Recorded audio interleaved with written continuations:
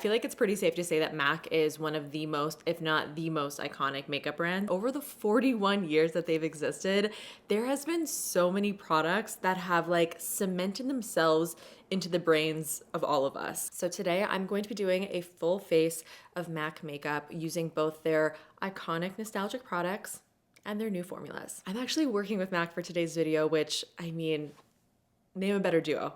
Like, I'm so excited to be working with them. They actually just launched a brand new blush formula called the Strobe Beam Liquid Blush. If you like glowy blushes, you're gonna love these, but I will get into it. Let's just jump right into it. We're gonna start off first with the skin. Now, my ultimate favorite MAC foundation is Face and Body. It's a classic. It's one that I've used for probably 10 plus years. Actually, probably longer than that because I used to use it in my makeup artist kit when I was a working makeup artist, which was a very brief period in my life, but it was one of my go-to foundations and it has been one of my go-tos just in like my everyday life forever. It's a sheer buildable product, but what makes MAC Face and Body so special is that it is so incredibly natural looking. I actually recently tried a newer foundation from them called the Studio Radiance Serum Powered Foundation.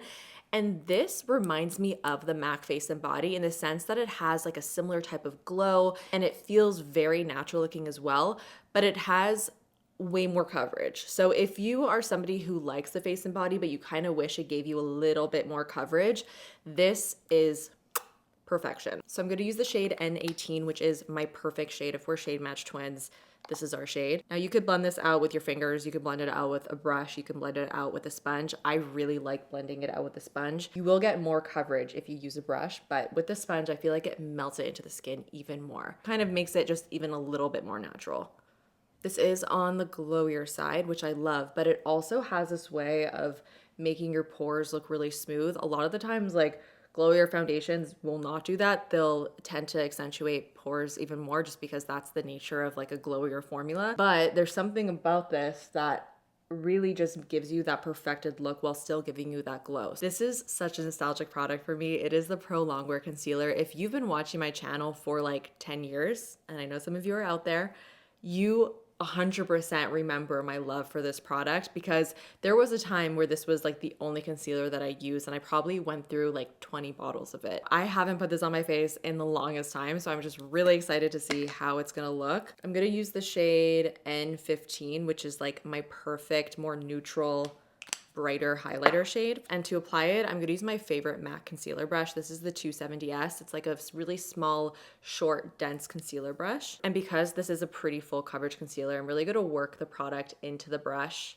so that I don't over apply it because you really don't need that much to get some pretty good impact with this stuff. When it comes to concealer nowadays, I definitely do prefer formulas that are more glowy and that aren't as full coverage. Pretty much the complete opposite of what this concealer is all about. So I was a little bit worried that it would be a little bit too intense for me, but I feel like it's actually looking pretty natural, especially applied in this way. Thinking back to how I used to use this product, I used to put so much underneath my eyes in like a ginormous upside down triangle shape.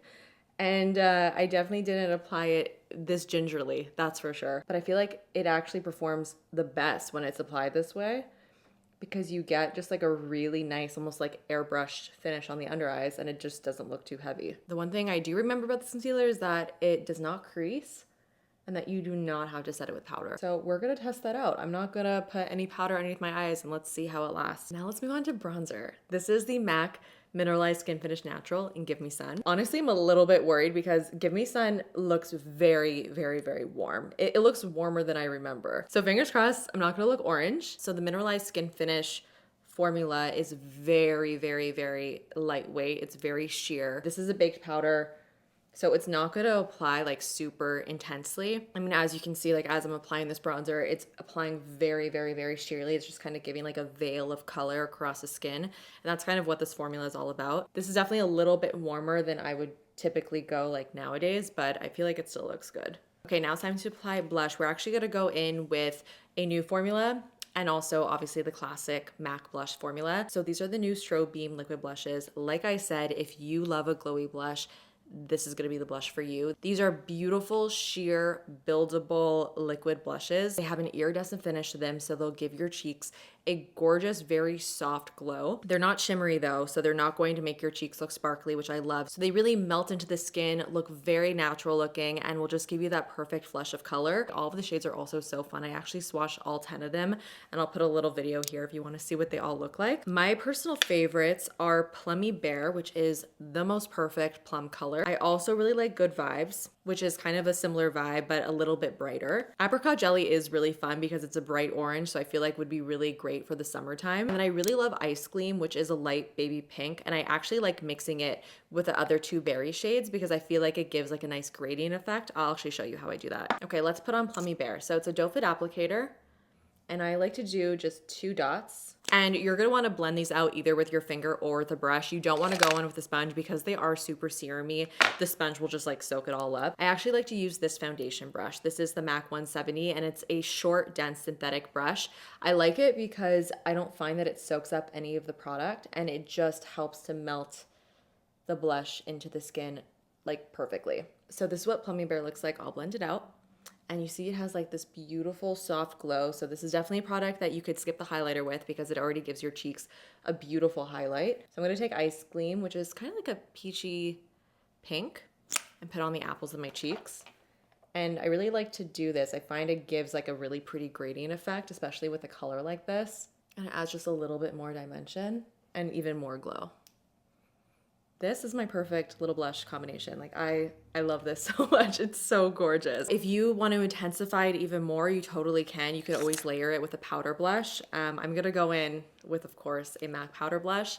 This is Blush Baby, which is definitely a classic shade. I really wanted to stay in like the plummy tones to complement what I already have going on. And I'm just gonna build this up a little bit, just more on like the cheekbone. I kind of want to keep the cheek right at the front free of any powder because I want to keep that glow a little bit more intense. And I'm also going to put a little bit of the powder like on my eye, on my nose, just to tie it in there. Because when you have a lot of blush just on the cheeks and nowhere else, it could look a little bit crazy sometimes. So it's nice to kind of disperse the color around the face. Even though these blushes are already giving my cheeks so much glow, and frankly, I do not need a highlighter, there was absolutely no way that I was going to do a MAC video, especially a nostalgic MAC video, and not talk about Soft and Gentle. I think this was like maybe one of the first MAC products that I ever purchased. I have such a vivid memory of going into a MAC store and seeing MAC Soft and Gentle on display and thinking it was just a giant eyeshadow, because at the time I had no idea what cheek highlighter was. And I remember thinking, wow, that eyeshadow would last you forever because it's so big. And so for the longest time, I just used this as an eyeshadow. And frankly, it's absolutely gorgeous as an eyeshadow, and would still recommend using it on your eyes because it gives like a beautiful, glowy, sparkly look. But I mean, as a cheek highlighter, it's even prettier. I have not used MAC Soft and Gentle in quite some time, and I pulled it out the other day because I knew I was doing this video and I kind of wanted to play around with it. And I immediately asked myself why I ever stopped using it, because this is seriously the most perfect highlighter. It gives you a pretty intense glow, but not a 2016 intense glow. It's not blinding. It's not going to be super sparkly, but it definitely packs a punch, and it's quite gorgeous. It speaks for itself. Look at that. Things are creasing a little bit underneath my eyes, so I am actually going to set it with just a touch of powder. I'm going to use the Next to Nothing powder though, because it's super lightweight. This is a pretty sheer powder. It's not super full on, so it is pretty ideal for like the under eyes. I'm using the shade Light, and I'm just going to pat this underneath my eyes. I think I have more fine lines underneath my eyes than I did when I used this this concealer, and I need to set. Before I get into the eyes, I'm gonna spray my face with, of course, none other than MAC Fix Plus. MAC Fix Plus, let me just clear the rumors. This is not a setting spray, okay? This is not a spray that you're gonna put on to lock in your makeup. There's other sprays for that. This is a finishing mist. So what that means is that it's going to take away any powderiness that you might have. It's gonna make your makeup just look more like skin, and it'll even add a little bit more glow to the skin too. This has been a staple in my collection since I started wearing makeup. There's just really nothing like the smell of MAC Fix Plus. If you know, you know. I'm gonna zoom you in because we're gonna get started on the eyes. I am gonna put on some brow gel. This is the Pro Locked Brow Gel. This is very, very new in my collection, but this is an incredible clear brow gel. First of all, the bristles on here are super unique. It's a flat silicone bristly brush, so it really brushes through all of your individual brow hairs. And if you like that flattened, more laminated brow look, this will give it to you. It's a pretty strong hold gel too. It really like locks your brows in, and it's just quite good. I feel like I don't hear enough people talk about this. It's really awesome. I lived and breathed for the MAC paint pots, especially back in the day. I mean, if I looked back through my videos, I could probably clip 100 plus clips of me saying MAC Soft Ochre paint pot. It was my go-to. I used it before every single makeup look. There was a moment where you were either a soft ochre, painterly, or laying low paint pot person. They're essentially eyeshadow primers, but they also give like a nice blank canvas for you to work on because they completely blank out your eye with whatever color you're using. Soft ochre was more of like a yellowy ochre shade. Painterly, which is this one, is more of like a pinkier shade. And if I'm being honest, I probably should have always used Painterly because I feel like Painterly is a better match for my skin tone. But soft ochre was just my jam back in the day, and it's all that I used. So I am going to put a little bit of Painterly just from my crease to my brow bone. I honestly don't really need to use it today because I'm going to be using a cream shadow, and with a cream shadow, you don't need to layer it with a paint pot. But I literally could not do this video without talking about some type of paint pot. It would be impossible. So I'm just doing it for fun. And I'm going to be putting a cream on my lid, but powders from my crease to my brow bone. So it'll lock in the powders. We're obviously going to dip into the classic MAC powder eyeshadows, but I also want to play with a newer formula. This is a cream eyeshadow. It's called the Dazzle Shadow eyeshadow stick, and this is the shade Taupe It Off. It is a stunning, like taupey purple. I actually swatched it on my hand earlier, and I washed my hands like 6 times and it's still very much there. So that tells me this is pretty long wearing. It really locks down. I've been really liking cooler toned purpley shadows lately. I've been wearing them a lot. I find it just makes my eyes pop like crazy. Okay, I know this sets down really quickly, so I'm just going to blend out the edge just so it's not harsh.